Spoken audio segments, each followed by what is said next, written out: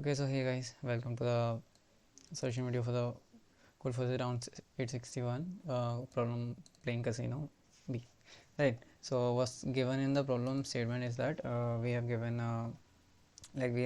the cards of the array. So this is the let's say we have three players. So this is the first player card, there is the second, and there is the third one.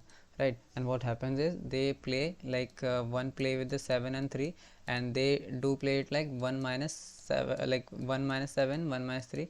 So it's in this way: a minus b, a minus a2 minus, in this form, right? And we just need to take the absolute value out of it, right? So for the first, for the very first you have made you have already did you can see in the test cases, like for the first one, for the first player, what is doing is 1 minus 7, so that is playing with the second, playing with the second player 1 minus 7. Then it's 4 minus 9, that is this 4 minus 9, so they are playing against each other. 2 minus 2, so that is 2 minus 2 here. 8 minus 1, 8 minus 1, 5 minus 4, and they are taking the absolute value, right? So we need to calculate that. Now it's easy, using a brute force approach, just going through the looping it through from n to m, and then calculating for the values, and then how much one is contributing. The it's almost n, it might go like n cube, complexity higher than the ask one, it's not that. So what we can do is, but here's some catch, let's look at it, what we can do about it, right? So what's there, let's just understand it through just a single, just a single one, just a single test case. So that is, let's just take this one only, 1, 7 and 3. So they are going to play each other, against each other, right? So there is this 1, 7 and 3, right?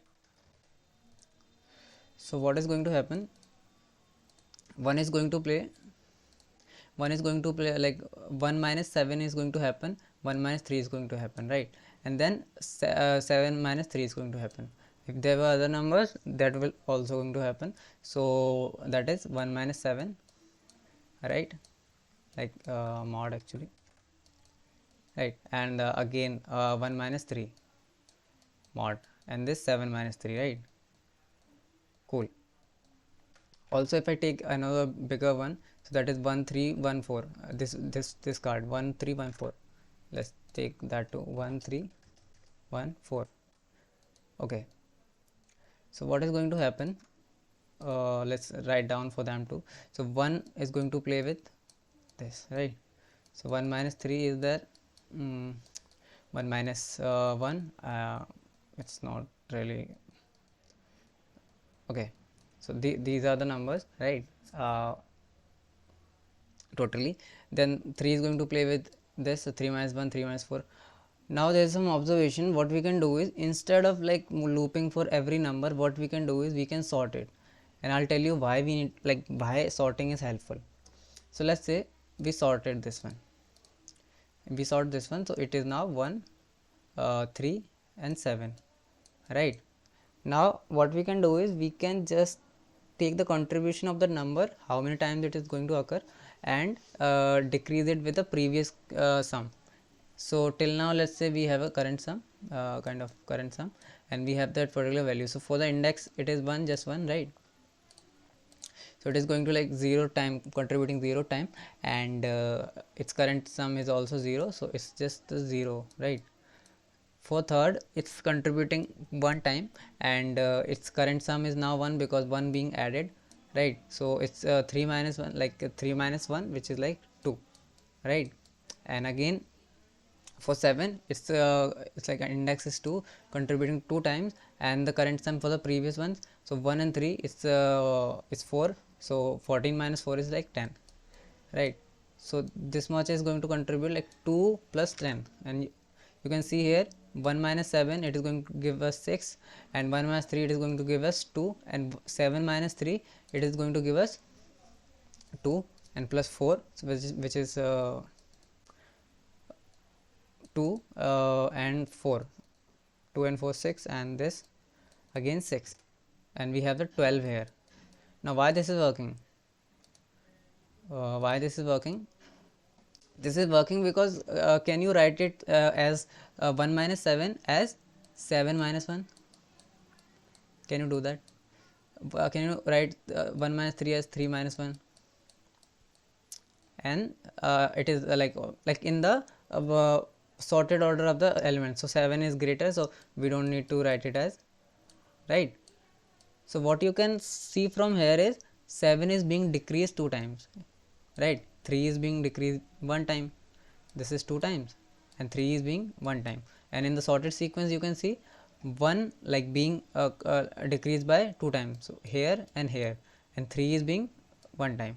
And again also if you write the something like for this one 1 3 1 4, that is 1 1 3 and 4. So if you like make a sequence kind of this one, what you are going to end up with, this one is going to be decreased how many times? 3 times. So that is 1 here, 1 here and 1 here, right? And it is going to give like 2 times here and 3 being here. I can also like write it down for you, but you can try it yourself, like first doing it for this one and writing the elements in the sorted sequence, like 1 minus 3, so you can write it as 3 minus 1, right? You can write it that this as 1 minus, so 1 minus 1 is fine, and 4 minus 1, right? So can you see 1 is occurring 3 times, like 3 minus 1 minus 4, and it is like contributing 3 times, and in the sorted sequence we do have it. So all we need to do is just keep a current sum, decrease it by the decrease it as you go further, and take the contribution, like this contribution going to 3 times, this 4 times, like the index, zero based indexing, right? You'll understand it better with the code. So we have take the input, right? We're taking the input, and there's this answer for the particular like in this direction, in this card's direction particular, we are taking the storing it in a vector, sorting the vector. Now as I said, we have the current sum. Now for that particular value, like for the 0th one, it is contributing 0 time, for the second it's 1. So take the contribution and decrease it by the current sum, and now you have understand like why we are sorting, right? Just because of this, because after sorting this holds, that that particular smaller number is going to decrease, like it is going to take part the particular time. So 1 is being how many times? 3 times. This is going to be have for 2 times, this is going to have for 1 time, and this is 0th, right? And when you write it down, and as I did for this one 137, and we do have it here, right? So that's why you understand like why we are sorting, and the contribution of the elements, right?